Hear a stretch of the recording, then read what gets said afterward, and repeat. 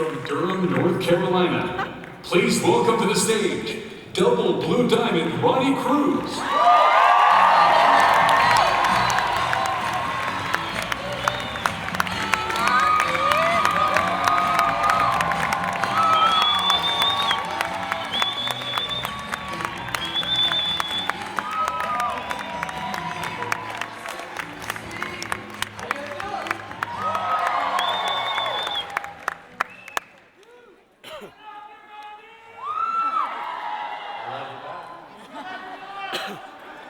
Ain't no mountain high enough, ain't no mountain low, ain't no river wide enough. Good song, huh? Sing it, yeah, right? Well, the crazy thing is, I can't believe it's already been a year. It's been 12 months since I was up on the stage singing Bob Marley. You guys remember that? Who was here last year? Don't worry. Right? Every little thing's gonna be all right. That was a good song. I like that song. But the irony of it is, shortly after that, things kind of actually started to unravel. And there I was, Mr. Commitment, the king of personal development. You gotta shower every day or else it wouldn't be effective. Right? And things were kind of coming apart at the seams. So I've gone into some very deep introspection lately. Bought a cabin out in the middle of nowhere. Just trying to figure out, Ronnie, what's been going on? Part of it is, yes, there's some screws loose. But we're gonna get that fixed. We're gonna get everything working, right? Where's Dr. Andy? You can come see her. We're gonna get that fixed. So no worries. But part of it also is that I thinking about all this stuff, I realized that over the years, I've seen and experienced and had to deal with so much BS. Right? So much. So that's what we're going to talk about today. We're going to call it the top myths that are holding you back from success, because myths just sounds better than BS, right? So let's really just get right into it, because I only have 15 minutes. The first one, I like to call this one the martyr complex. Right? My team needs me. Or another version, maybe the Messiah syndrome. Right? I take care of hundreds of people. Another version, Chris touched on this yesterday, the manager syndrome is what I call it. It's all kind of different versions of the same thing. I know what's better for people than they do. And then boss them around. I've seen people even bully their town line. I know what's better for people than they do. Yeah, that helps you sleep at night. But the reality of it is, it's just you. But let me backtrack. You matter. For those of you guys in LA, you remember that talk. You do matter. We make a big impact, right? We make a big impact on people's lives for the better. Profound, right?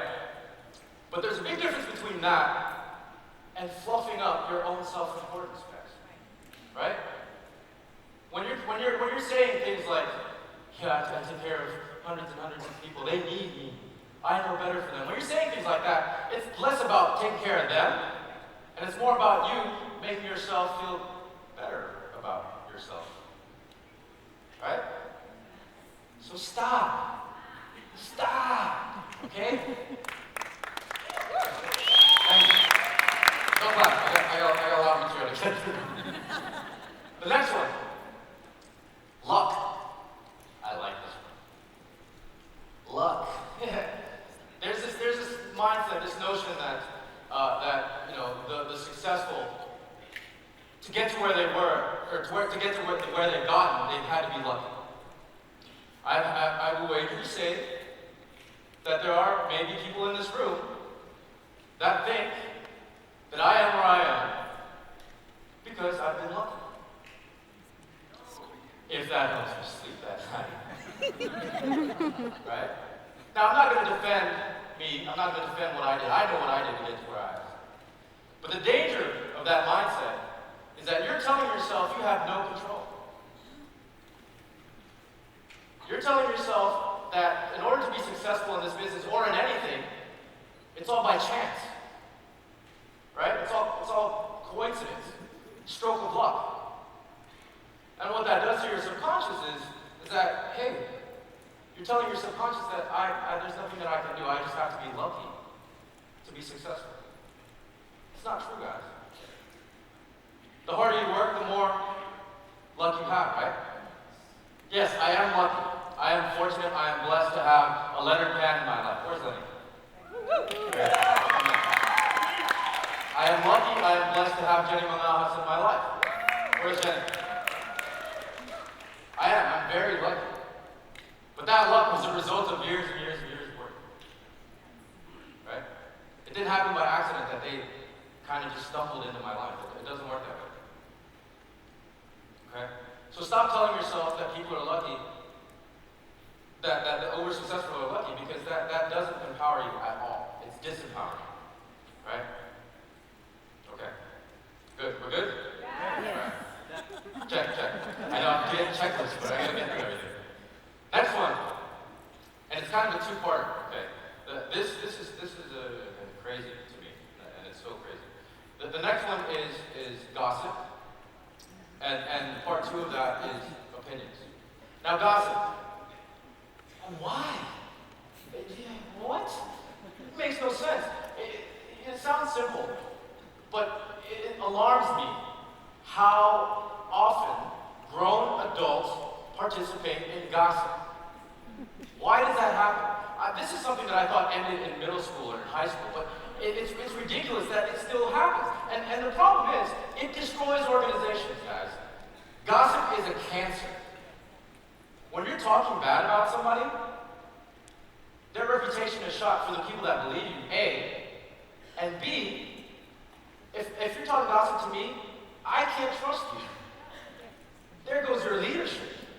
If you're talking bad about somebody to me, I'm thinking in the back of my mind, well, how can I rely on this individual?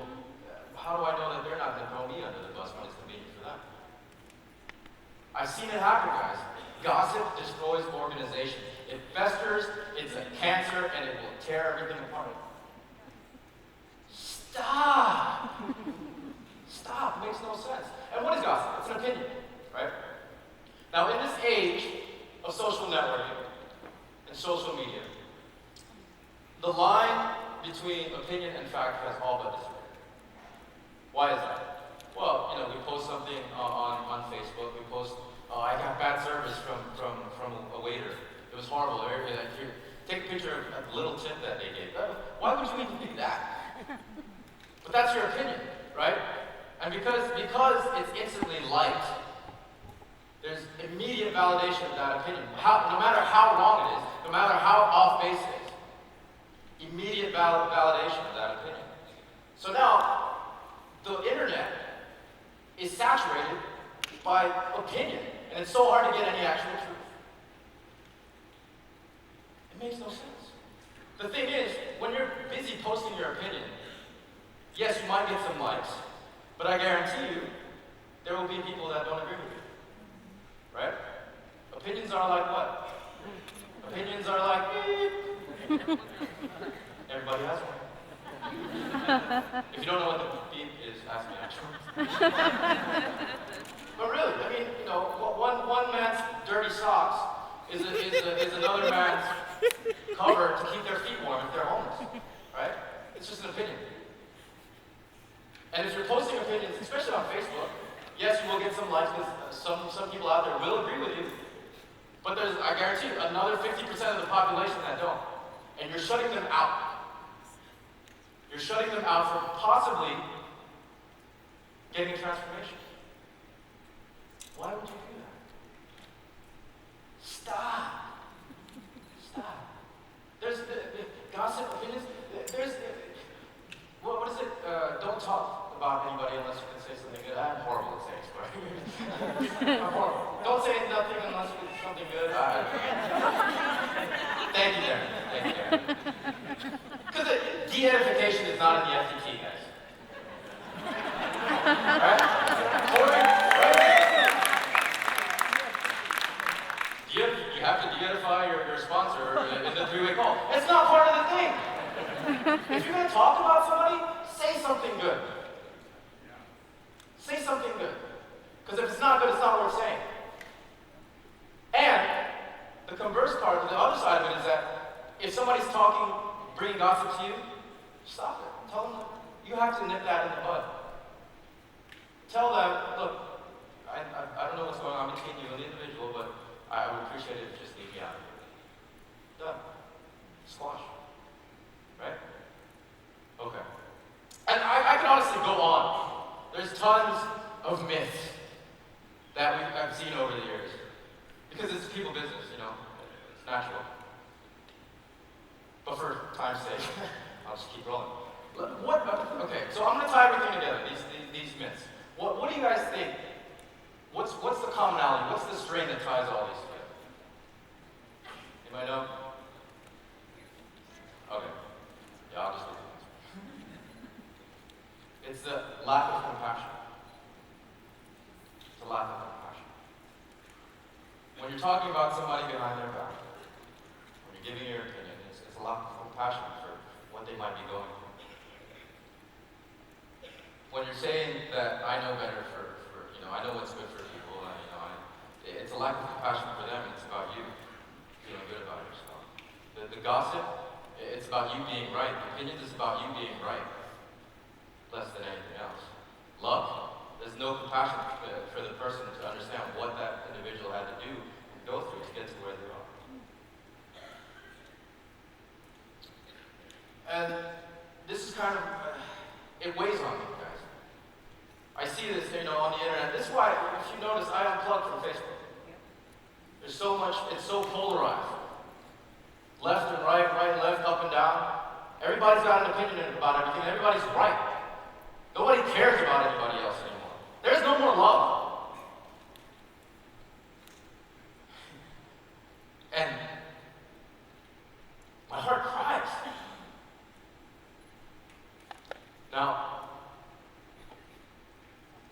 when Kale invited me to speak this year, it took me over a week to respond back. And you can ask me backstage. It took me a week. And I was prepared to write him a long, drawn-out email. Because I didn't know if I had it in me. That's what I was going to tell Kale. I don't know if I have it in me. It's day-to-day, guys, I'll be honest. I've said that in LA. It's day-to-day. And when all this stuff is just coming at you, and all this lack of compassion, I don't know if I can do it. But then I reached out. I reached out to some of the Yoli, some of my dearest friends. I spoke with my sister. Where's my sister? Yay! Right. Give her a hand.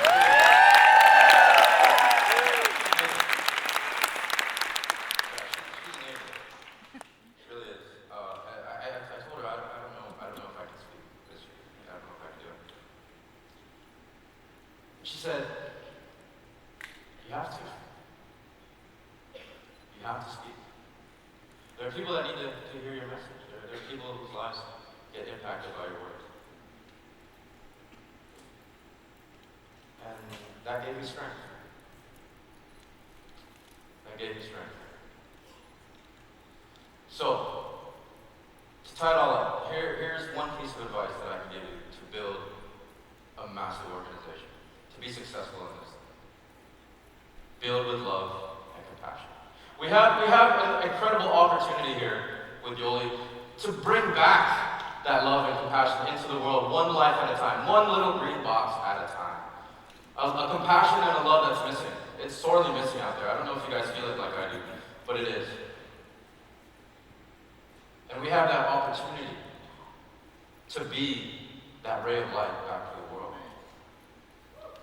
And we can't let all the BS get in our way. We can't let all the myths get in our way. Our biggest hurdle, our biggest brick wall that stops us from sharing this compassion and this love, this ray of light, this hope, is ourselves. So build with more compassion and with more love. Is it going to be hard? Yes!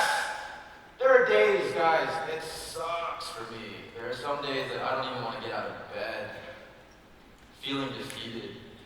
Sometimes I honestly just want to crawl up into a ball and disappear. There are days like that. And you might get some days like that building this business. It's going to be hard. It's going to be hard. It's going to beat you up. It's going to knock you down. It's going to chew you up. It's going to spit you out. And some days, you will want to crawl into a ball and disappear. You will. But I guarantee you, if you build this business with love and compassion, it will grow, and it will thrive, and it will flourish, and it will pay you huge dividends, not just monetarily, but when you need it the most, it will give you that very same love and compassion that you gave to it.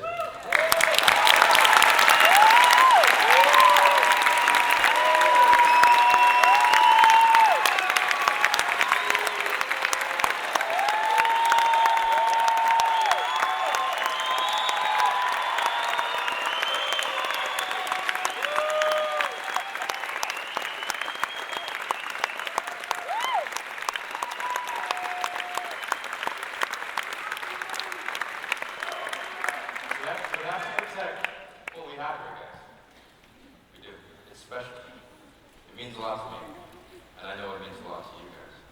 With Yoli, with our Yoli family, there's nothing is impossible. We can do anything. And do you want to know why? Ain't no mountain high